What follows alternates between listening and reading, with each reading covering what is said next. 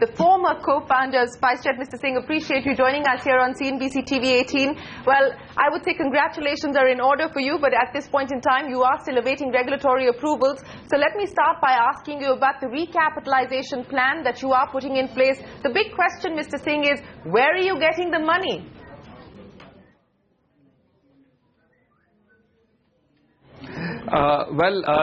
Clearly, as you know, today SpiceJet has provided to the Ministry of Civil Aviation, the competent authority, a plan for revival and restructuring. There are certain details in that plan which are confidential at this time, and I would ask you to respect the non-disclosures and confidentiality that we have to still live by. Okay, so you're asking us to respect the NDAs that you've signed at this point in time. So I'm going to try and get a sense of... We will...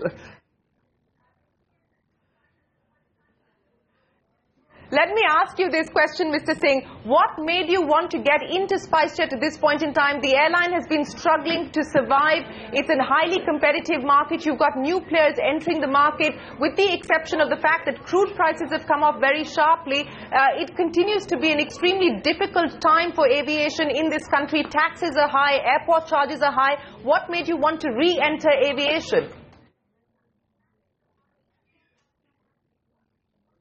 I think the timing is pretty good because, as you mentioned, the oil prices are at a historic low.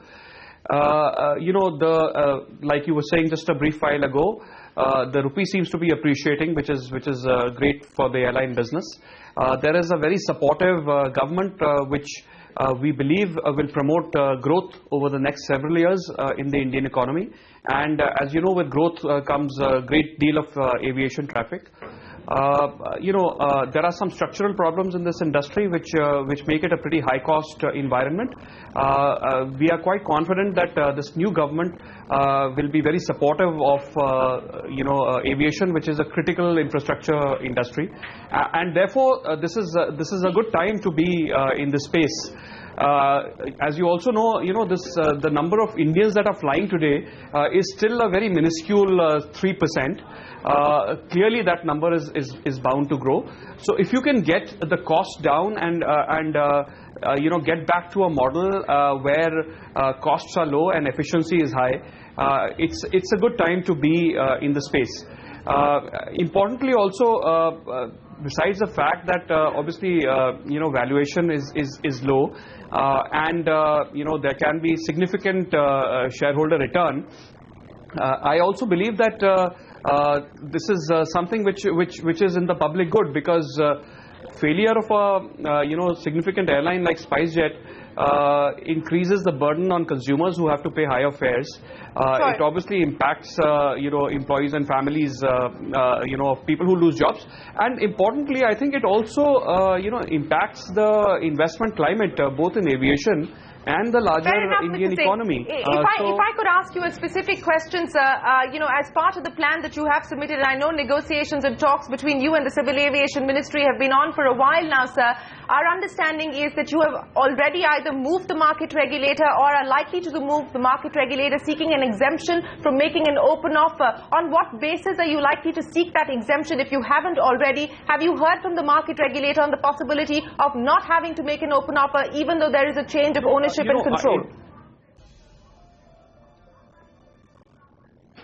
At this time, the lawyers are working on those issues. As required by law, SpiceJet has and its board today have made a certain decision which has been intimated to the stock exchange. In terms of the aviation rules, today the competent authority, which in this case is the Ministry of Civil Aviation, has been provided a plan of revival. And it's up to them now first to take a call on approving and passing appropriate orders on that scheme. In terms of Mr. Singh, if I can interrupt you, it's not just the civil aviation's nod that you will require, sir. You will require the market regulators go ahead as well under the takeover regulations and the takeover guidelines. When there is a change of ownership and control, an open offer is necessary. Have you already reached out to SEBI? Has there been any conversation? What are your lawyers telling you? On what principle are you going to be seeking an exemption if you haven't sought one already? I don't. Well, I don't want to comment on that at this time. This is an issue which is being looked at by the lawyers, and of course, if we approach any authority and that needs to be disclosed, it will be done. So you will move SEBI seeking an exemption from making an open offer, even though you will take over management and control from the Marans, sir. That plan is underway. You're speaking with your lawyers. You haven't moved the regulator just yet because that board decision has just been taken, but you intend to seek an exemption from making the open offer. Yes. No comments on that. It will depend upon legal advice. It will. Sorry, I missed what you were saying. It will depend on what, sir? I said I don't want to comment on that because this is still the subject of legal discussion and will depend on legal advice. If we need to approach the regulator and if we need to approach SEBI, we will. You will need to approach the regulator, sir. There's no if and but in that situation. It is a listed company. You will need to approach the regulator. If the regulator says you have to make an open offer, is that a deal breaker?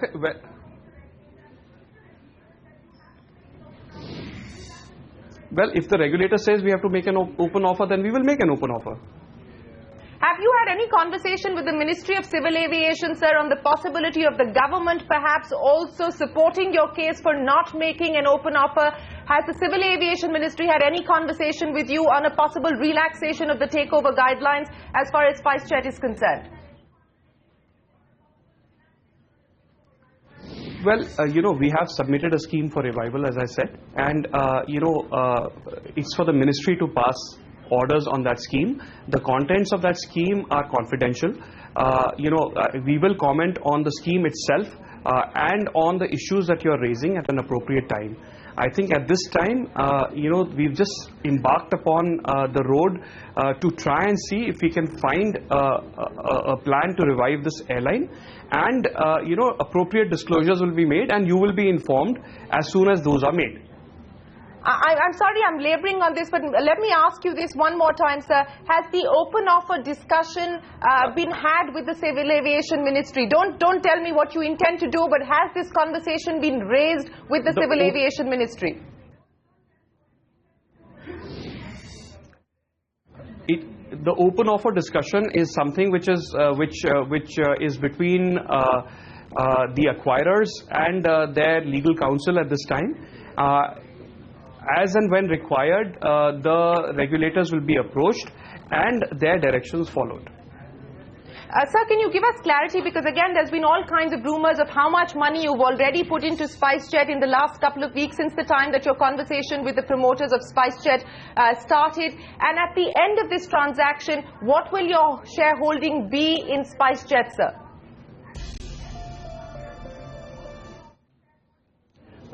At this time, all I can say is that the scheme has been, given to the ministry, and we are awaiting their orders.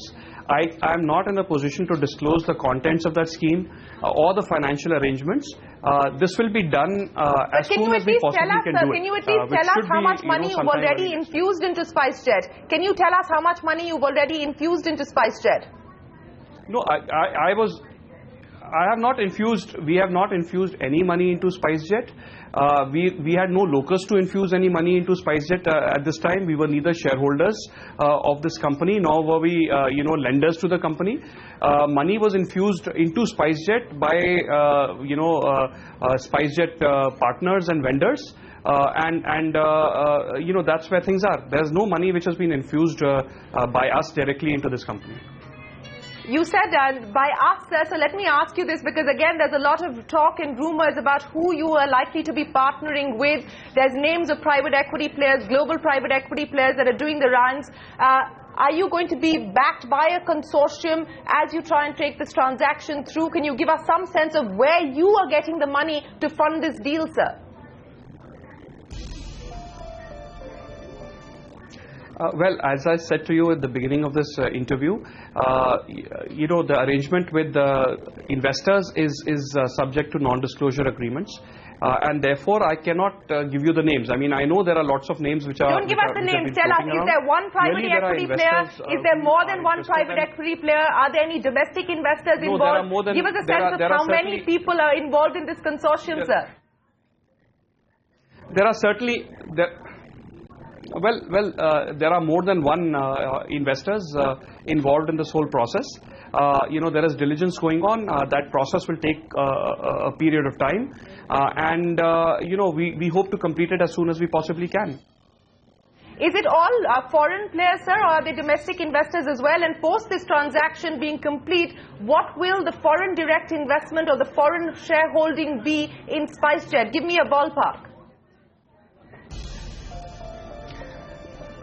Well, at this time, investors are in touch with the SpiceJet and are looking to invest in SpiceJet.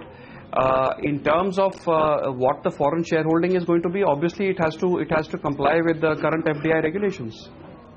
So it cannot exceed 49%. I know what the cap is, but I'm asking you, how much do you believe the foreign shareholding will be post this transaction?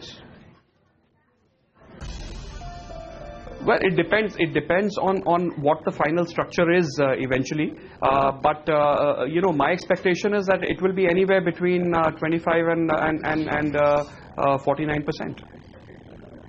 You've submitted your plan to the Civil Aviation Ministry this afternoon, but over the last several weeks, you've been in conversation with the Civil Aviation Ministry, putting together the recapitalization and the revival plan. In your assessment, how soon are we likely to see the Ministry give you the go-ahead for this transaction? It depends entirely on them. From SpiceJet side, SpiceJet has given a plan to them. It really depends on them, on how quickly they move. We hope that they can move quickly because obviously, there's lots of work to do at SpiceJet. Give me again, and I know that you'll tell me that these are details with the Civil Aviation Ministry and hence you can't share the exact quantum with us, but at this point in time, to keep operations up and running, you've already cut down your fleet capacity significantly. Specifically, your Boeing fleet has been cut down by almost half. To keep the operations up and running, what is the immediate infusion that will be required?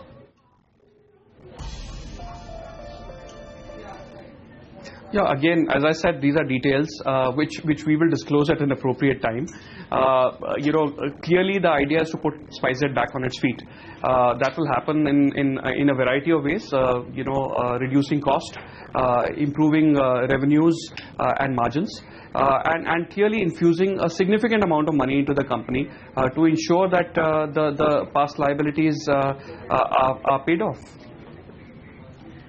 When you say significant infusion, will that take into consideration the entire liability that currently sits on the SpiceJet books? Again, that depends on what the final plan is. It's not necessary to pay down every single piece of that liability. Some of those liabilities are somewhat longer term in nature. So it's not that in one fell swoop you'll completely clean the balance sheet. But obviously the amounts of money that SpiceJet owes to various people, including its vendors, a lot of that will get paid. So it will be a significant infusion. Let me ask you this, has there been any further assurance given to you from the Civil Aviation Ministry that the period, the relaxed period that has been given to SpiceJet from paying airport charges to the Airports Authority of India, from paying oil marketing companies, has that period been extended, and if it has, by how much? Well, firstly, at this time, there is no specific assurance of anybody. I think the environment has been extremely supportive. I think everybody wants to see that SpiceJet does not fail. And therefore, I think everybody is trying to do what best they can, to ensure that SpiceJet does not fail. There are no specific assurances given by anybody.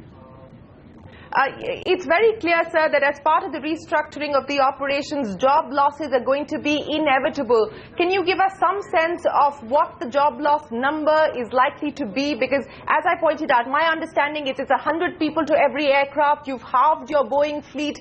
So would it be fair to say that about 2,000 plus people are going to face the axe on account of the restructuring operations that you will undertake? Well, just a couple of quick things before we need to wind up this interview.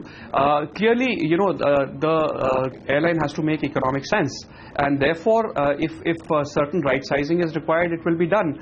But you must remember that the fleet will not remain at this number. Clearly, there will be an addition to the existing fleet in a fairly short period of time, and that will be part of SpiceJet's plan. To ensure that the fleet goes up to an economically viable number. I know we're running out of time, so let me quickly ask you a quick couple of final questions. What is going to be the strategy now in terms of route rationalization, fleet, and as well as cost restructuring? Because costs have been a significant dampener as far as the SpiceJet story is concerned. How soon do you believe you are going to be able to turn the operations around? What is the timeline that you presented to the ministry in your plan? Well, as you know, SpiceJet was one of the lowest cost carriers when it started operations. And obviously, an extremely important part of what we are about to do is to bring the cost down to a competitive level. We also need to work hard to ensure that revenues increase. We need to also ensure that we revert to a low-cost airline model, which is essentially trying to have a network which is far more contained than it currently seems to be. So you have fewer stations, and you have high frequencies into those stations to keep costs low. So it's essentially back to the basics for SpiceJet. So besides the nod from the Civil Aviation Ministry, and then I'm assuming you need to take the market regulator's approval on whether you need to make an open offer or not, what are the other regulatory approvals that you will require before you stitch this deal up? Will you need to go to the FIPB, for instance, as well? You will, I'm assuming, need to go to the Ministry of Home Affairs to get the director's clearances and so on and so forth. Can you take us through all the clearances that are now required to be put in place before you stitch this up? Well, as far as I know, the only clearance that we require in addition to the ones that you mentioned would be the security clearance for new directors. In terms of FIPB approvals, at this time they are not envisaged. As and when we have a final investment plan, we will see what other approvals are required. Mr. Singh, before I let you go, how confident do you feel that perhaps by the end of next week you are going to be able to stitch this up and move SEBI for further approvals on this matter? And how soon do you believe you'll be able to stitch things up on the end of your investors as well, because that's where the money is coming from essentially? Well, this is obviously work in progress. We hope to do it sooner rather than later. It's tough to give you an exact timeline. But as I said, it's a job worth doing, and we are trying to do it to the best of our ability. We will, obviously, let you know as soon as we have more concrete details to share with you. But the investors part of it, regulatory approvals you have no control over, but investors, by when do you expect to close in on the investors? I know you're talking to several people, as you've just confirmed here, both foreign and domestic. By when do you hope to close that loop? We hope to close that loop in a short period of time. My final question to you, there's been all kinds of numbers that have been doing the rounds that an immediate infusion of $250 million will be required to keep the airline up and running and so on and so forth. Is that the right number? Is that in the vicinity of the right number?